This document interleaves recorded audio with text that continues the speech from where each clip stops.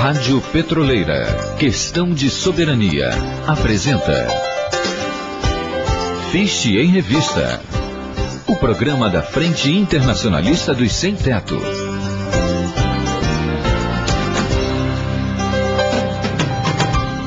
Olá, navegantes, estamos ao vivo em tempo real com mais um programa Fiche em Revista, o programa da Frente Internacionalista dos Sem Teto, sempre com a participação do advogado e membro da Frente Internacionalista dos Sem Teto, André de Paula. Olá, André.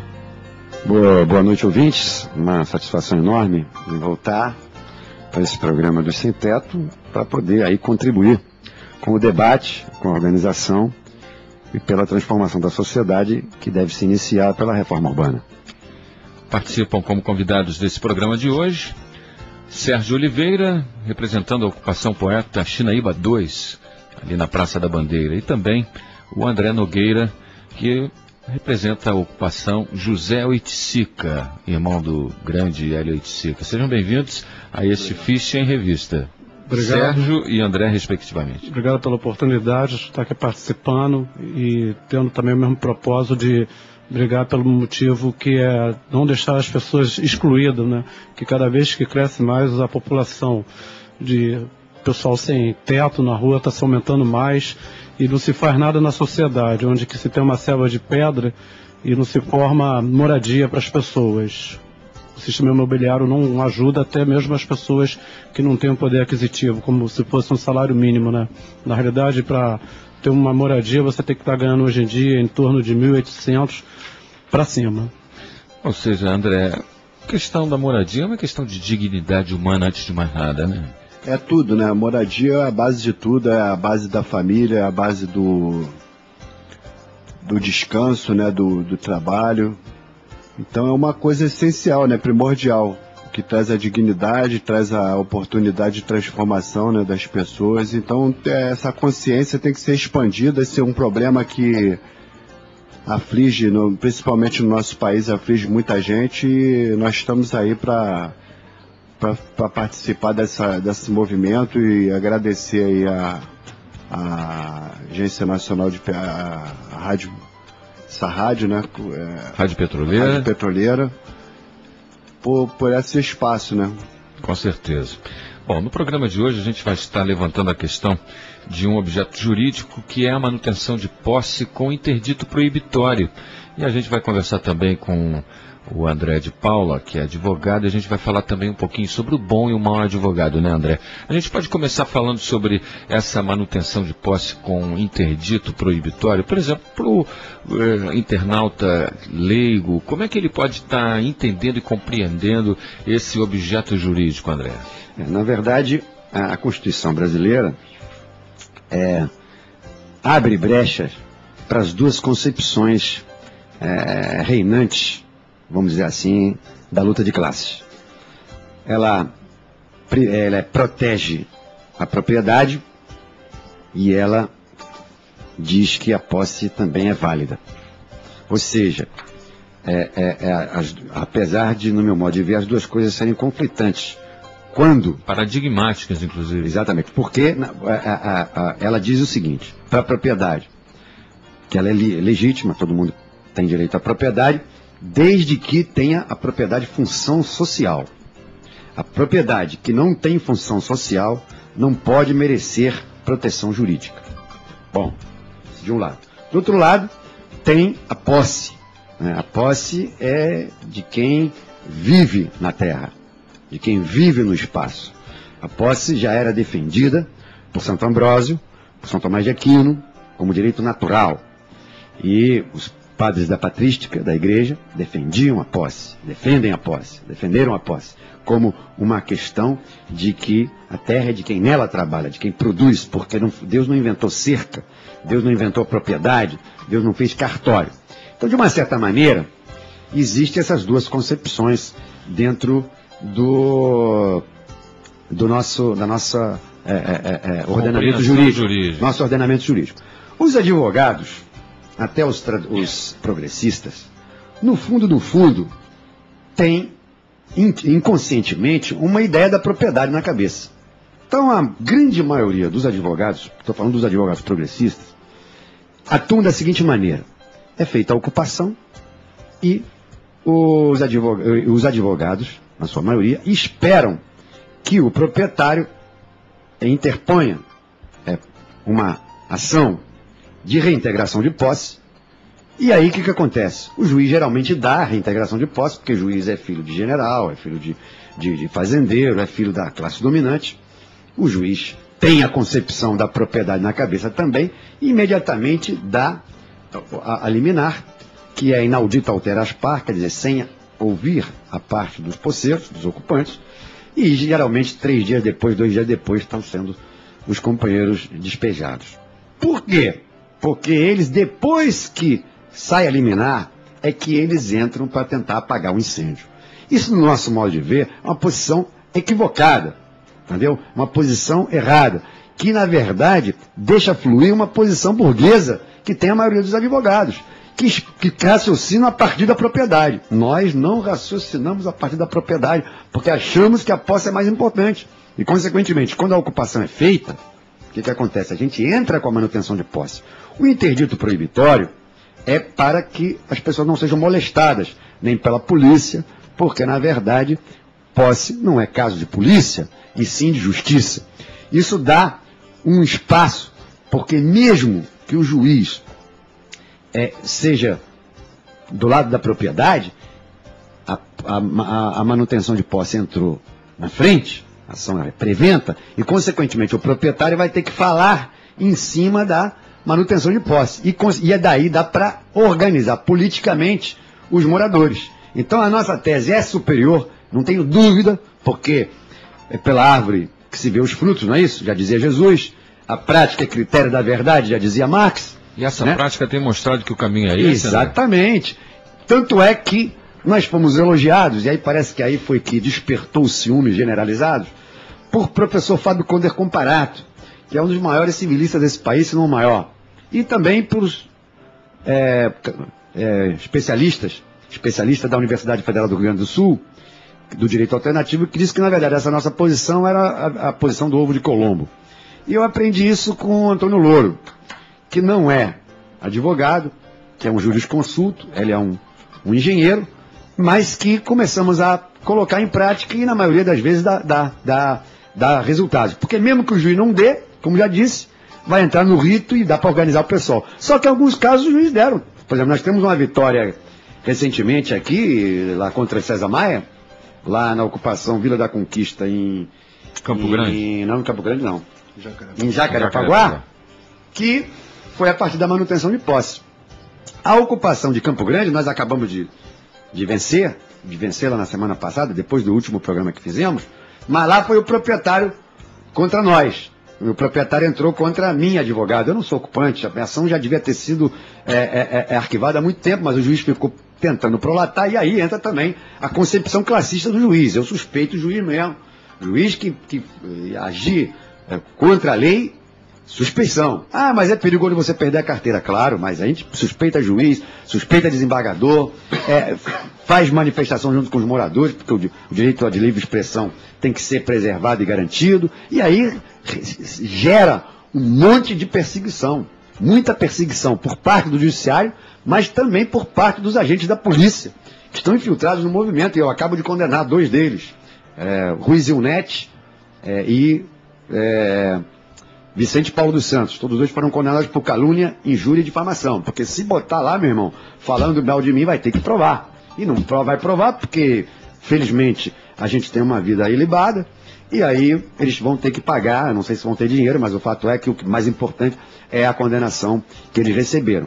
E aí tem uma série de outras, de juízes, querendo condenar a gente, e aí o movimento, muitas vezes, parte do movimento acredita nessas balelas, porque, na verdade, também, no fundo, as pessoas têm uma concepção burguesa de acreditar na aparência e não na essência, que é uma outra, fundamento do marxismo, A aparência é uma coisa, a essência é outra.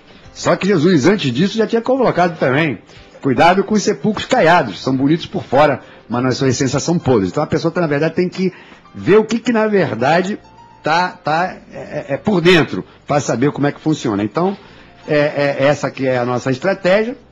Acabamos de ganhar uma manutenção de posse, um interdito proibitório contra a União, Por isso a FIST coloca vitória importante contra o governo Lula, e foi mesmo, porque os cegos da ocupação Isauro Camargo, que fica ali na rua Xavier Segura, em frente ao Yacht Clube do Rio de Janeiro, na Urca, eles pagavam uma taxa de ocupação dos governos antigos. Olha só, pagar por ocupação. Ocupação não se pode pagar. Ocupação não se vende, posse não se vende, ocupação não se paga.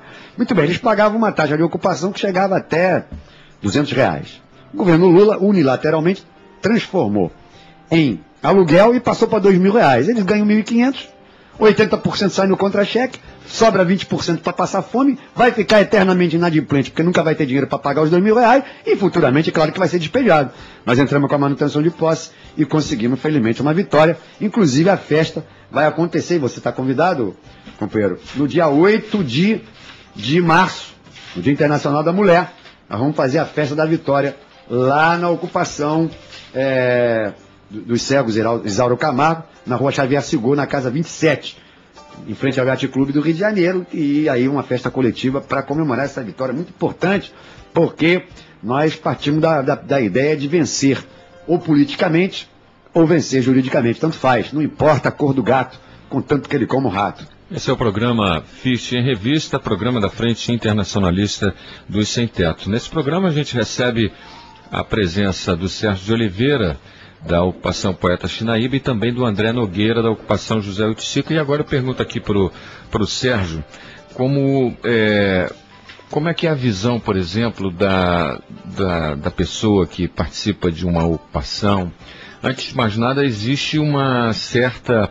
A gente percebe que a sociedade, ela é um pouco, digamos assim, discriminatória com relação, né, à pessoa que está com problema, né, de moradia e busca o direito natural de um teto, né, até porque o tempo, né, tá aí, chuva, enfim, o cara tem que ter uma moradia, né, não é só uma questão, né, de cobertura de teto, mas é uma questão de dignidade. Aí, Sérgio, eu te pergunto, e essa pergunta também vai servir para o André, ele vai responder em seguida, como é que por exemplo, levantar a autoestima da pessoa que participa, né, numa situação dessa, né, a organização é importante, né, antes de mais nada, mas a questão da autoestima também é muito importante, né? Quais são os mecanismos que vocês utilizam para não só se organizar, mas para levantar a autoestima com relação à situação, né, de ter que ocupar um espaço para poder sobreviver?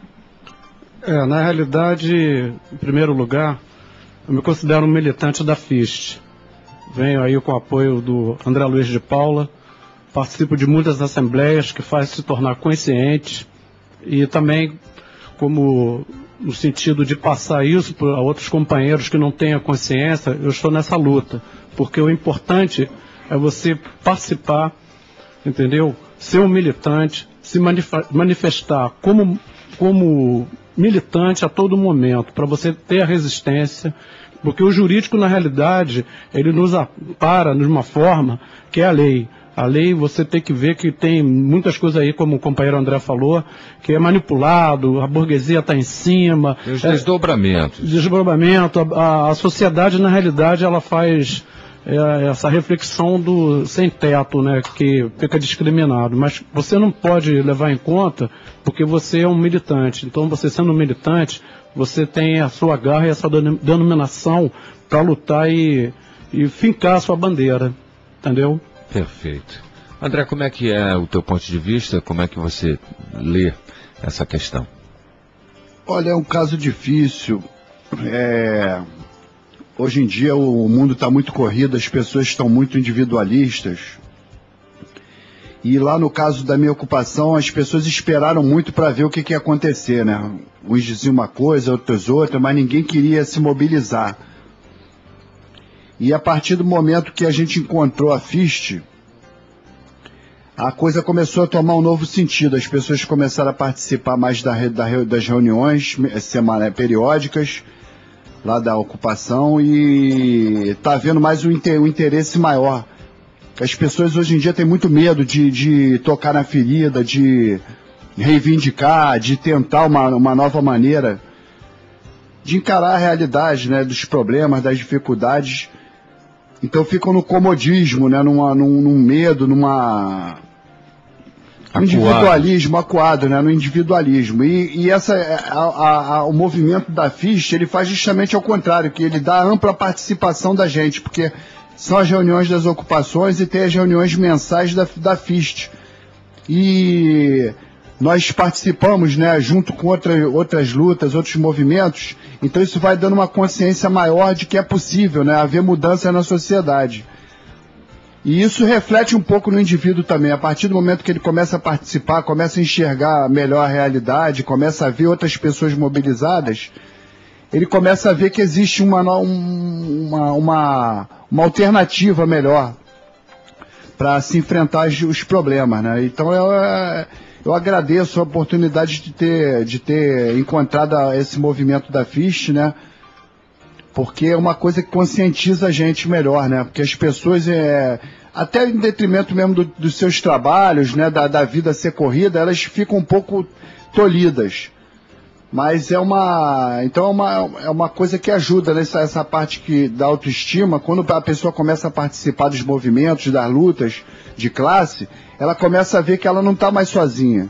Então é uma coisa que ajuda na autoestima, assim, de cada indivíduo que participar, e aos poucos eu acredito que a conscientização vai ser maior lá em outras ocupações também.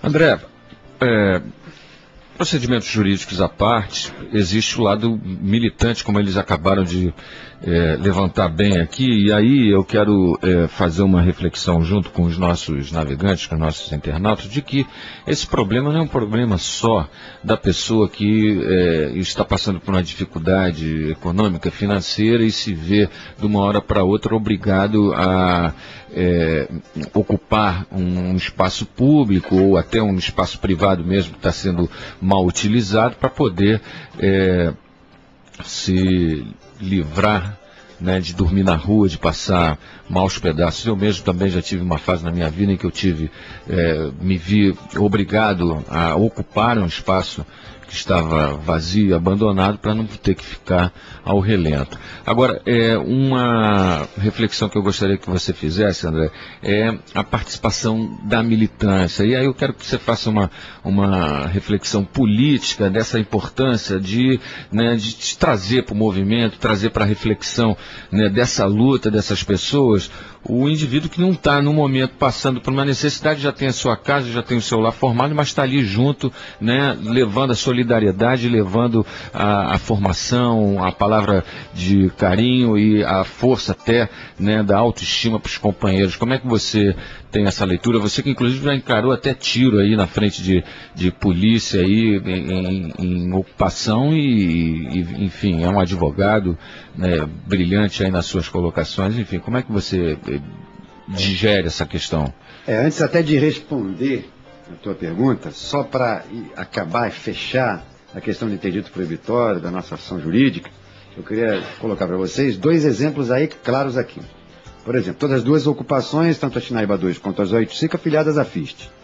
A ocupação Poeta Chinaíba 2, que Deus tenha o companheiro Chinaíba no Reino da Glória, foi um militante aguerrido pela reforma urbana e agrária, inclusive militou no nosso movimento, é uma ação de manutenção de posse com interdito proibitório. Nós entramos na frente do proprietário. Então, está aí ainda desde 2006, não foi isso? Foi isso, 2006. Quantas famílias estão abrigadas? São 9 ou 10 famílias, uma ocupação pequena. Na ocupação José Oiticica, que são 25 famílias, nós pegamos, assim como Alípio de Freitas, quando já havia ordem de despejo.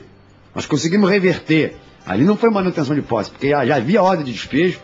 O ITERJ pediu que nós interviéssemos, porque não estava já... Qual foi o objeto político utilizado? Embargo de terceiro. Embargo de terceiro, porque existe a ação do proprietário era movida contra as pessoas que não estão na ocupação. Então entramos com embargo de terceiro e conseguimos suspender. Em Alípio de Freitas, que é outra ocupação aqui do centro também, são 2 ocupações que nós temos aqui, 3 ocupações, né? Porque Chinaíba é Praça da Bandeira. Foi exatamente, entramos com embargo de terceiro, o juiz não aceitou, entramos com embargo de execução e aí embolamos o meio de campo também. Então, na verdade, para dizer que nós jogamos de acordo com a realidade, mas vamos até as últimas consequências. Quanto à questão da participação, ela, na verdade, é uma coisa que dá um nó na minha cabeça. Eu até hoje não sei o que leva a pessoa a se conscientizar. A gente tem pistas, a gente faz reunião, a gente mostra, mas o poder de propaganda da burguesia nos esmaga. A gente fala, mostra tal, daqui a pouquinho vem um Big Brother da vida e destrói tudo que a gente fala na prática. Então é difícil. Posso dizer exemplos. Por exemplo, Campo Grande. Campo Grande, nós estamos ameaçados de morte pelo Jerominho Natalino. A população está com a gente, mas está com medo. Ela não se manifesta de jeito nenhum, porque sabe que ali morre mesmo. Se estão ameaçando de morte o próprio advogado e o colega dele, que é o Antônio Louro, e várias pessoas eles já mataram, quanto mais os próprios moradores que estão ali acuados pela milícia. A milícia atua de todas as formas, obrigou-os a fazer propaganda eleitoral de Denise Frossá, de Jerominho, aliás, de Natalino e de Aito Xerez, né? E ainda cercou os terrenos vazios, inclusive o centro de cultura, o centro de resistência popular, a área de lazer, o centro comunitário, e vendeu para a igreja Poço de Jacó, se não me engano. Ora, eles pensavam que estivessem lidando com advogados iguais aos outros, que vamos denunciar, eles vão ficar com medo, vão ficar quietos, vamos vender, vamos obrigar, vamos impingir, os advogados vão ficar com medo, porque não vão denunciar porque vão ficar com medo. Só que a gente é um pouquinho diferente. Então a gente foi lá e denunciou, e estamos denunciando publicamente, e a OAB acaba, inclusive, de pedir proteção à testemunha para mim e para o Louro. Então, né, velho? Então, é um comportamento. Qual é a consciência daquele pessoal lá? Não sei até que ponto que vai. Se fosse consciente mesmo, totalmente consciente, expulsava a milícia no tiro também, se organizava de qualquer maneira e nos intimidaria. Mas, realmente, a milícia funciona como um poder paralelo, um poder forte, é quase uma prefeitura, tem a dificuldade, a gente entende essa dificuldade, mas a participação é desse jeito que eu te falo. Nas outras, são poucas pessoas que participam realmente. As pessoas não têm consciência e é difícil como despertar consciência. Eu acho que precisa de curso de formação. Então agora, junto com a Universidade Popular, a gente está tentando levar a formação lá para o pessoal da Chinaíba 2. Nas outras ocupações é a gente que vai com vídeo, com filme, mas é muito difícil. A consciência ela se desperta, a gente não sabe quando. É uma coisa interessante. Você trabalha com o povo 10 anos, nunca que o cara faz nada. Daqui a pouquinho ele dá um estalo e ele começa a participar. Eu não sei a partir de que momento, como é que essa questão se dê. A gente acha que levando nas reuniões, ensinando como o direito, numa outra linguagem, na linguagem que o povo possa entender, levando ele nos confrontos para ele ver como é que funciona a coisa, levando ele nas manifestações, levando ele em reuniões diferentes da vida que ele leva, para que ele vá tentando entender que a vida não se resume na ocupação que ele vive. Ninguém é uma ilha, a ocupação dele não é uma ilha. Então, por exemplo, eu acho que a FIS está num caminho certo agora, ao, por exemplo, priorizar a nossa aliança com os petroleiros. Sim, claro que a aliança é boa, porque estamos com um programa na rádio petroleira, mensal, e o sindicato está bancando o nosso jornal. Não, é muito mais do que isso, porque nós estamos junto com os petroleiros como prioridade, porque na verdade está em xeque uma questão nacional.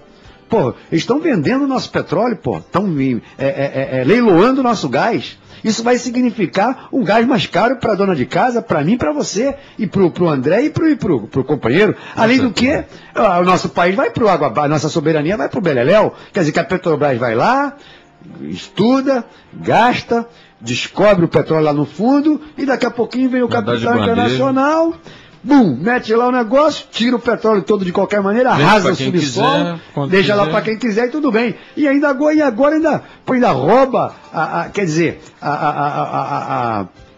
o segredo da Petrobras. Que isso, cara? Isso não existe em lugar nenhum. Quer dizer, na verdade, por isso é que nós elegemos o petroleiro, em primeiro lugar, porque estar junto com os petroleiros significa defender o país. E, em segundo lugar, claro, por acréscimo está vindo ótimo esse programa, está vindo o jornal, e, quer dizer, estamos ajudando, estamos sendo ajudados pelo petroleiro e também estamos ajudando, porque na verdade o jornal sempre tem espaço para a luta dos petroleiros. Eu acho que é um negócio importante.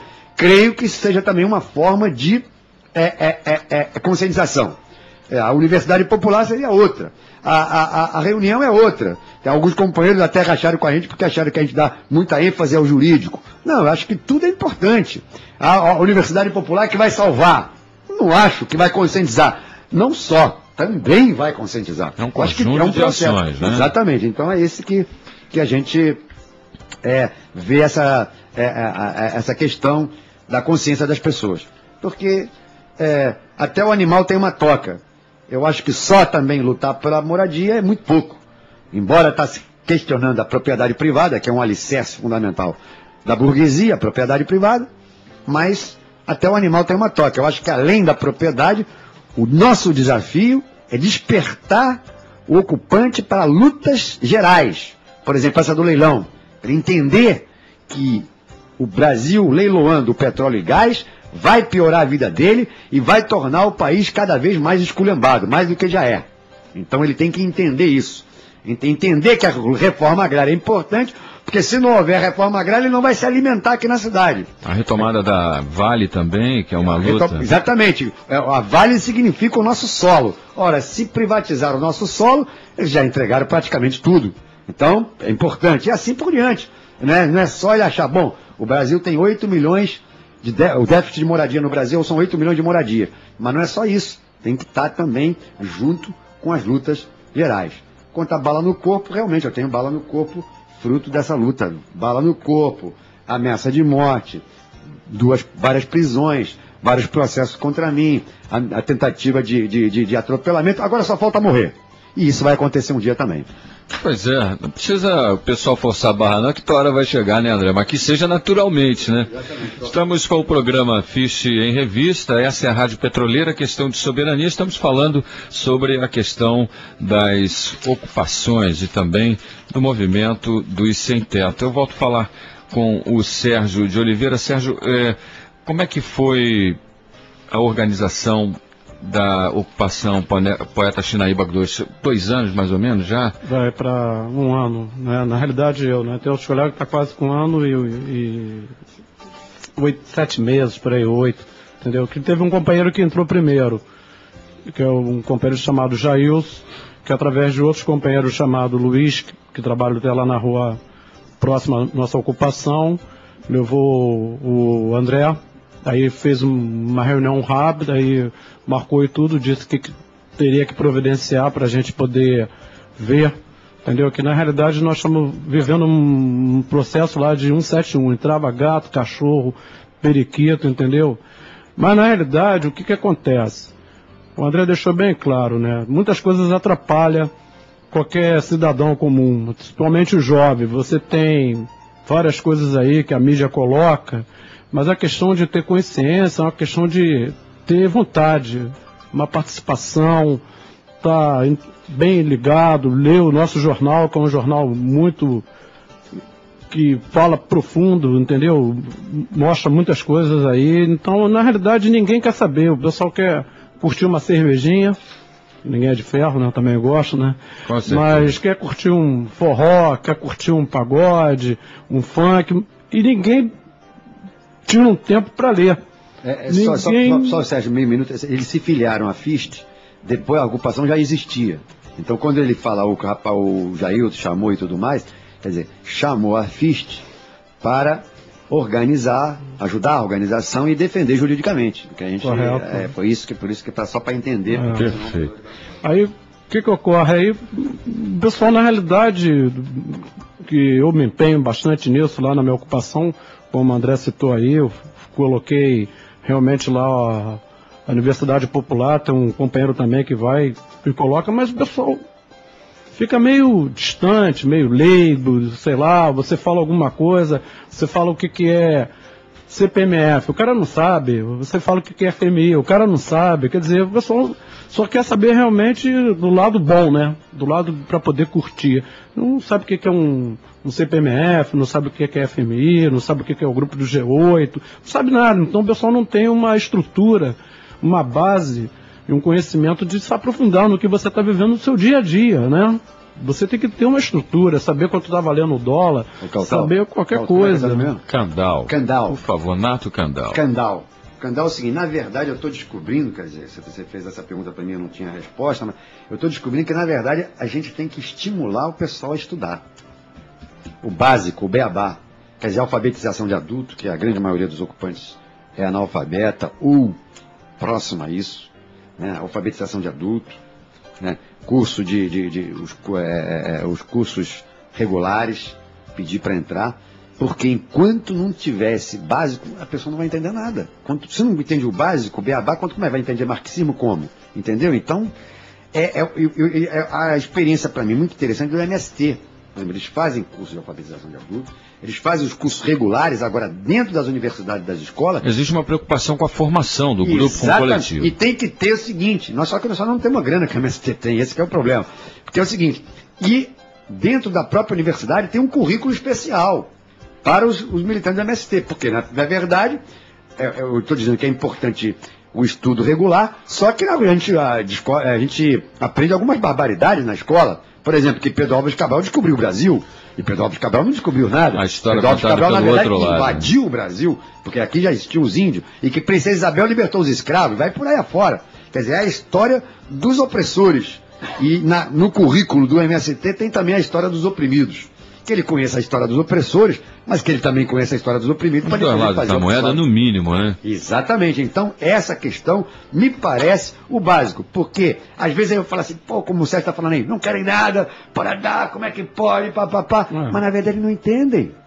Não sabem nem o que é CMPMF. Não dá para exigir muito. Nem a palavra internacional. Entendeu? Não sabe o que é, então...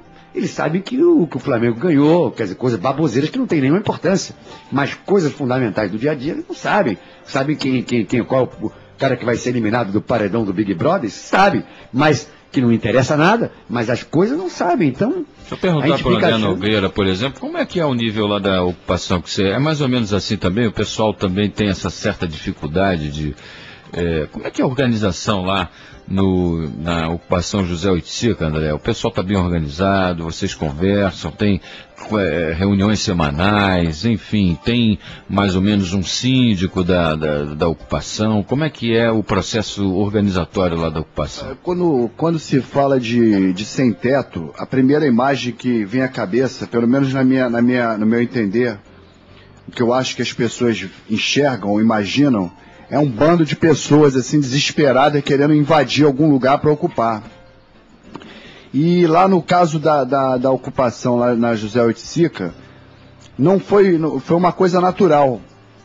O dono morreu, dono do imóvel, a autora da ação morreu, a viúva do dono, também que a autora da ação morreu, e o réu nunca morou lá, foi julgado à revelia e nunca morou lá e já morreu também. Então nós íamos sair como outros. A ação de despejo era por falta de pagamento, mas o pagamento era do réu que nunca morou lá, que ele reformou, era um hotel, ele reformou com autorização do dono, tanto que tinha fiador no contrato, e não repassava ao dono. E depois ele sumiu, né? Aí ele foi confirmado que ele já morreu e tudo, e ele nunca morou lá, quer dizer, nós estávamos morando lá, ninguém assinou contrato de aluguel nenhum, também ninguém pulou, ninguém cortou um cadeado, ninguém invadiu nada lá. Tem gente que chegou depois, tem gente que chegou antes. Mas as pessoas são muito individualistas, né? Isso é uma questão do momento de vida atual, né? O individualismo. Então as pessoas não têm essa conscientização, não têm essa mobilização, esse interesse. Elas ficam pensando só no momento do despejo. Ah, será que vai vir? Será que não vai vir? E não é, né? É uma coisa que é mais profunda. Isso envolve história nacional, isso envolve politização, isso envolve conscientização. Mas elas parece que não têm fôlego, não têm tempo, não têm vontade, ou o que seja, né? Para poder começar a chegar, a perguntar, a questionar, a saber por quê, a ver como pode ser feito diferente, né? Mas aos pouquinhos eu acredito que a consciência vai mudando. Por isso o embargo de terceiro, Candal. Por quê? Porque na verdade queriam despejar pessoas que já tinham sido despejadas no passado. Estavam fazendo uma fraude à legalidade, vamos dizer assim. E como é que fica essa situação Aí, por isso que juridicamente? Qual é a definição jurídica de uma situação em que o proprietário já morreu, a viúva que tomava conta já morreu, o cara que estava autorizado a fazer alguma coisa já morreu também, e quem é que se vai se dizer dono daquilo? É a União que é dona? Não, quem ia ficar com tudo isso é o advogado. Que porque beleza, a juíza não sabia que a mulher morreu, ia ser despejado, o cara representa a mulher que morreu, quem é que vai ficar com tudo? O advogado. Quando foi levantada essa leve por nós, através dessa informação que recebemos do André, e por isso embargo de terceiro, porque o terceiro que nada tem a ver com essa questão, aí o advogado falou, mas desculpe, realmente morreu. Eu não queria nem saber, quando o André falou, morreu, eu falei, morreu. Botei lá para te suspender. E realmente tinha morrido mesmo. E aí, agora ele vem se desculpando, que não sabia, que depois entrou em contato com ela, e a juíza mandou regularizar aí e tal, então por isso que está aí indo para frente. Então agora... mas aí não tem que achar algum herdeiro dessa história? Tem spoiler. Tem que aparecer um spoiler aí para poder... Tem spoiler. Agora, não existe síndico, porque lá por assembleia. A assembleia vota e o que a maioria decidir é o que sai. Então não existe uma pessoa que toma conta, existe uma comissão eleita. E como ele falou, é lentamente. Mas, vamos dizer assim, eu acho que eu estou agora... tem uma pessoa que sempre fala... Lá no José Oiticica são 25 para família. 25. Não adianta nada, se não der estudo, essa pessoa me marreta isso há milhões de tempo. Eu nunca levei em consideração. Mas agora, sinceramente, que eu estou pensando que eu acho que tem que matricular esse pessoal na escola regular e dar um complemento de informação, porque senão é difícil, bicho. Vamos saber um pouquinho como é que é a questão ali do poeta Chinaí. Você acha, como é que é mais ou menos juridicamente lá a história lá? É um imóvel, também tem essa história de espólio, morreu, se sabe quem é o dono está brigando. Como é que é? Você tem consciência de como está acontecendo esse processo, não? Eu já tinha citado antes, né? Tinha uma dona que fazia uma parte administrativa de receber os aluguéis. E o que ocorria? Tem um pessoal lá em cima, que mora até mesmo acima da minha cabeça, eles são pessoas que se diz louco. E sempre cria problema com as pessoas que moram ali, entendeu?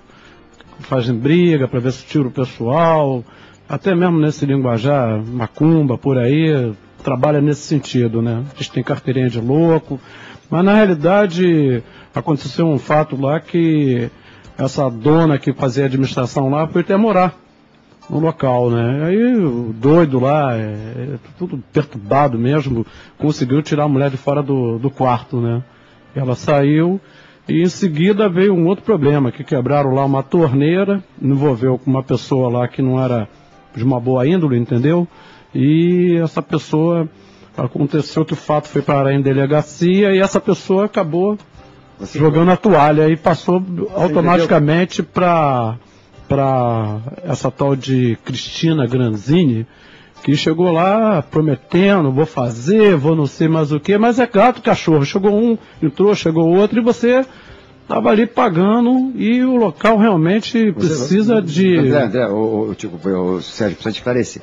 É o seguinte, na verdade, é uma pessoa estilionatária, que não era proprietária, e que cobrava aluguel das pessoas. A partir do momento que a gente descobriu que, na verdade, o que existia ali era uma posse, porque as pessoas davam dinheiro indevido a uma pessoa que não é proprietária, não existia um contrato de aluguel, esse contrato era um contrato feito em papel, quase com papel higiênico, sem nenhum cartório, sem nada, sem nenhum amparo legal. Então, descobrimos isso aí e dissemos, parem de pagar o aluguel, porque na verdade vocês são posseiros. E aí, a partir daí, eles nos chamaram, se filiaram à FIST e deixaram de pagar o aluguel, porque na verdade não existia, a mulher que se apresentava como proprietária, na verdade não tinha propriedade. Então agora está essa briga. Aí depois apareceram os proprietários, mas aí a posse já está estabelecida, posse velha. Então agora, aí eles entraram com... Seria o uso campeão urbano, no caso? Não, porque... Poderia até ser, mas eu prefiro entrar com manutenção de posse com interdito proibitório. Eu não gosto muito de uso capião, dá um trabalho miserável. E o que acontece? Nós entramos com a manutenção antes da ação de despejo do proprietário. O proprietário está dizendo que a reintegração de posse, ou despejo dele, é anterior, é prevento, e nós estamos dizendo não, o prevento é o nosso. Por quê? E aí está essa discussão, que se chama, no direito, conflito de competência. Então a coisa parece que vai desdobrar para uma longa luta. Tem vai uma dar expectativa de tempo, dá tempo de organizar? Nunca se tem. Agora, Campo Grande, por exemplo, acabamos de ganhar agora depois de 5 anos. Entendeu? O juiz totalmente parcial do outro lado, e nós tivemos que romper em cima de suspeição, ato público e tudo mais. Agora, neles lá, também pode ter uma saída, que é também, não só a vitória jurídica, mas também no outro campo.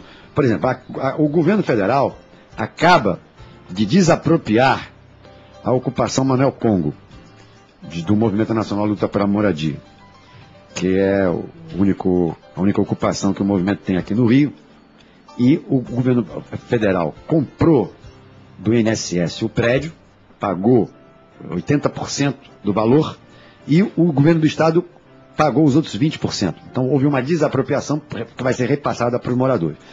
Isso aí pode acontecer também com os moradores já pressionando para que haja desapropriação. Jurisprudência. Não, isso é administrativo. Ah, não é jurídico. Não, isso é o Ministério da Cidade, que eu nunca vi fazer nenhuma desapropriação. É a primeira desapropriação desse tal Ministério da Cidade, que é um ministério do governo Lula absolutamente inexpressivo, que acaba de fazer isso aí. Márcio Fortes, não é isso? Márcio Fortes é o nome. É exato, o dirigente. Botar os ocupantes na rua, não? Não. Ele vai comprar, o governo federal comprou 80% do prédio do INSS e o governo do estado comprou 20%. E agora vai passar o prédio para os moradores. E essa saída pode ser também a saída de Zé de Sica, de Alípio de Freitas, e assim por diante, de várias ocupações, caso não dê condição de ter uma saída jurídica. Eu acredito que as duas coisas são importantes. Politicamente se organizarem para cobrar isso aí, ao mesmo tempo a gente vai com o jurídico. Porque também a organização política ajuda o jurídico também. Perfeito. Estamos chegando ao final de mais um Ficha em Revista, e hoje a gente deixou bem claro aí a questão da manutenção de posse com interdito proibitório. Nesse programa, nós tivemos a presença do Sérgio de Oliveira, representando a ocupação Poeta Chinaíba II, e também do André Nogueira, representando a ocupação José Oiticica, a qual eu agradeço aí pela presença. Muito obrigado pela participação de vocês.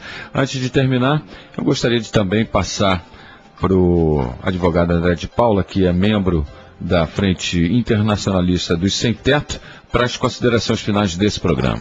Na verdade é um convite para que você e todos os ouvintes possam estar presentes domingo que vem na reunião da FIST, que vai ocorrer às 15 horas no Centro de Cultura Social, que é também uma organização que tem a nossa participação jurídica e política, na rua Torres Homem 790, Vila Isabel, próxima à Praça Barão de Drummond. Às 15 horas haverá a reunião da FIST para que possamos traçar aí a nossa luta de organização de novas ocupações, de manter essas ocupações que existem e de implementar a luta contra o leilão do petróleo e gás. Sérgio Oliveira. Eu acho que foi dito tudo aqui. Na realidade, o André, quando eu comecei até a falar aquele fato, ele sempre conclui de uma forma técnica, né? Mas quem vive o dia a dia e suporta as expressões com as pessoas que moram no local e as pessoas interessadas, mas a nossa luta continua. Perfeito. André. Agradecer a oportunidade de estar participando e lembrar que teto é dignidade. Dá para distinguir, o vozeirão do André de Paula aí é potente aí. Bom, gente, a gente está chegando aí então a mais um final desse Ficha em Revista. Esta é a nossa Rádio Petroleira, questão de soberania. Estaremos de volta no próximo programa, na próxima sexta-feira, a partir das 6 da tarde. Rádio Petroleira, questão de soberania, a voz de Sindipetro RJ, música, informação e prestação de serviços com a técnica de André Cunha. Rádio Petroleira, a voz do Sindipetro RJ. apresentou Fiche em Revista, o programa da Frente Internacionalista dos Sem Teto.